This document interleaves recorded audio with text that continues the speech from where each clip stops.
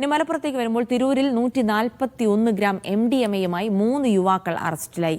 പെരിന്തൽമണ്ണ സ്വദേശി ഹൈദർ അലി, വേങ്ങര കുറ്റൂർ സ്വദേശി അസൈനാർ, വേങ്ങര കണ്ണമംഗലം സ്വദേശി മുഹമ്മദ് കബീർ എന്നിവരാണ് പിടിയിലായത്.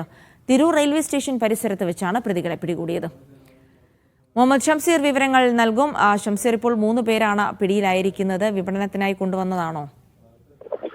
വിതരണത്തിനായി കൊണ്ടുവന്ന സമയത്താണ് തിരൂർ പോലീസും ഡാൻസ് ഓഫ് സംഘവും ചേർന്ന് ഈ 3 പേരെ കസ്റ്റഡിയിൽ എടുത്തിരിക്കുന്നത്. ഇന്നലെ രാത്രിയായിരുന്നു സംഭവം. തിരൂർ റെയിൽവേ സ്റ്റേഷൻ പരിസരത്ത് വെച്ചാണ് 3 പേരെ കസ്റ്റഡിയിലെടുത്തത്.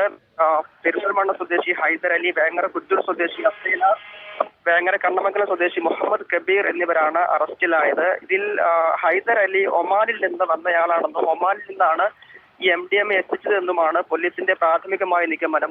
ഈ മാസം തന്നെ ഒമാനിൽ പോവുകയും തിരിച്ചു വരികയും ചെയ്തയാളാണ് ഹൈദർ അലി എന്ന് പറയുന്നത്. അപ്പോൾ ഒമാനിൽ നിന്ന് എത്തിച്ചതാകാം ഇത്രയും ഗ്രാം MDMA എന്ന് പറയുന്നത്. 141 ഗ്രാം MDMA എന്ന് പറയുമ്പോൾ ഏകദേശം 4.5 ലക്ഷത്തോളം രൂപ വിലമതിക്കുന്ന MDMA കൂടിയാണ് മറ്റാർക്കോ വിതരണം ചെയ്യാൻ വേണ്ടി എത്തിച്ചതെന്നാണ് ഇപ്പോൾ പോലീസിന്റെ പ്രാഥമികമായ നിഗമനം. പോലീസ് ഇപ്പോൾ തിരൂർ പോലീസ് സ്റ്റേഷനിൽ ഇവരെ ചോദ്യം ചെയ്തു വരികയാണ്.